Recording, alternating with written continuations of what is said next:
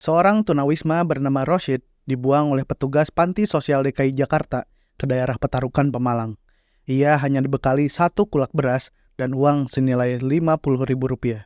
Tunawisma lain bernama Lela harus menumpang hidup di masjid dan emperan toko kelontong bersama anak dan suaminya setelah diusir dari rumah kontrakan karena tak mampu membayar biaya sewa. Bagi mereka, hidup sebagai tunawisma di Jakarta sudah pasti berkarib dengan jaring operasi Satpol PP, buruknya perlakuan panti sosial, hingga mengkapling jalanan sebagai rumah mereka. Bagaimana selama ini pemerintah Provinsi DKI Jakarta menangani permasalahan ini? Sebelum membahas lebih jauh soal tunawisma di Jakarta dan bagaimana selama ini pemerintah daerah DKI Jakarta menanggulangi permasalahan ini, jangan lupa untuk subscribe channel Deduktif Indonesia untuk mendukung saya dalam melakukan reportase dan investigasi menarik lainnya.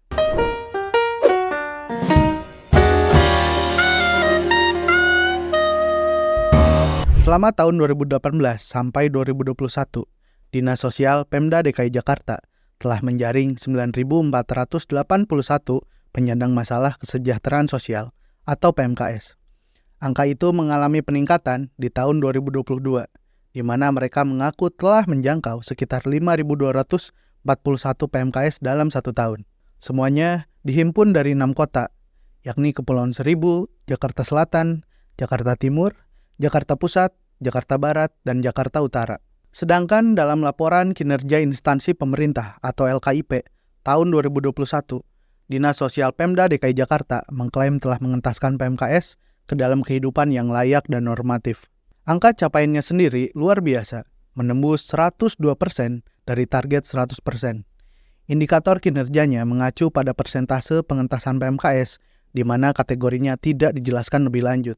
Angka capaian kinerja Dinas Sosial Pemda DKI Jakarta yang mengesankan itu jadi komedi, terlebih ketika melihat kondisi bahwa ada tunawisma yang sampai dibuang keluar kota seperti Rosyid, yang jadi narasumber di liputan saya. Meski pernah terkena jaring operasi PMKS, diangkut ke unit pelaksana tugas atau PT Panti Sosial, bahkan dibuang keluar kota, nyatanya nasib salah satu narasumber kami tidak mengalami perbaikan yang signifikan. Bagi Rosyid, hak untuk hidup lebih layak tak ubahnya matahari di kaki langit. Narasumber kami yang lain, yakni Jaka, juga mengaku bahwa panti sosial bukan tempat bersahabat bagi anak-anak dari keluarga miskin seperti dirinya. Panti sosial sebagai penampungan sementara bagi para tunawisma memang memiliki peran krusial. Selain menjadi tempat tinggal sementara, fungsi pembinaan mereka juga sangat diperlukan. Namun, menampung tunawisma ke panti sosial bukanlah jawaban bagi permasalahan sistemik tunawisma. Kondisi tunawisma seperti Rosyid dan Jaka jelas menunjukkan adanya permasalahan dalam sistem penanganan tunawisma, terlebih jika mengacu pada tunawisma yang berada di area DKI Jakarta. Biaya sewa rumah atau kontrakan petak di DKI Jakarta menjadi salah satu faktor yang berkontribusi pada peningkatan jumlah tunawisma di jalanan. Dalam esai berjudul Merumahkan yang Tak Berpapan yang diterbitkan oleh kolektif Agora pada 29 April 2020, Atika Almira, seorang analis perumahan, menyebutkan bahwa sekitar 43.420 rumah tangga rentan terancam dan kehilangan tempat tinggal mereka di DKI Jakarta pada tahun itu. Estimasi itu ia peroleh dari data jumlah penduduk, persentase rumah sewa, dan persentase penduduk miskin dari BPS DKI Jakarta. Meski BPS DKI Jakarta tidak menyebutkan secara rinci berapa dari jumlah penduduk miskin yang tinggal di rumah sewa, tapi Atika menyebut bahwa dengan mengambil persentase penduduk yang tinggal di rumah sewa sebagai proksi, angka 43.420 rumah tangga itu muncul.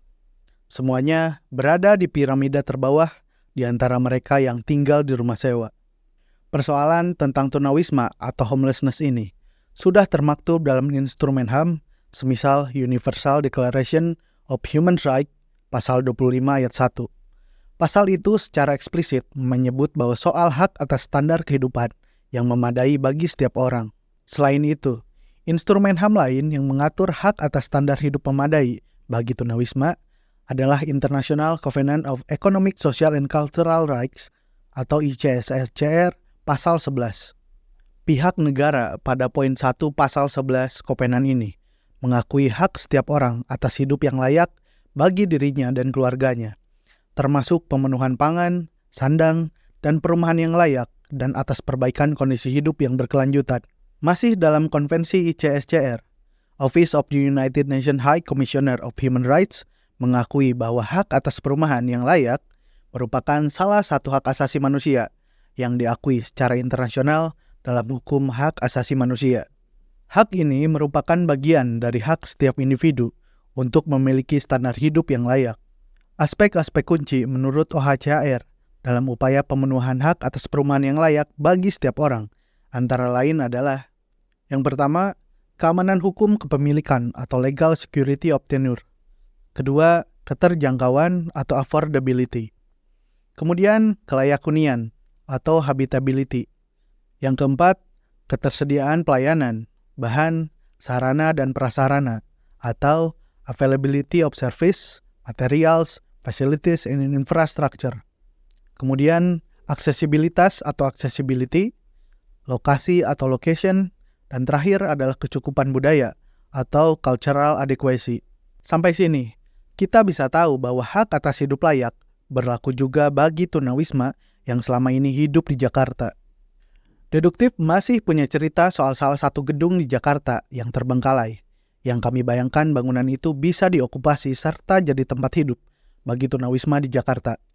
Deduktif akan membahas itu di video selanjutnya. Terima kasih sudah menonton video-video Deduktif. Jangan lupa untuk subscribe channel Deduktif Indonesia untuk mendukung kami dalam menggarap reportase serta investigasi menarik lainnya.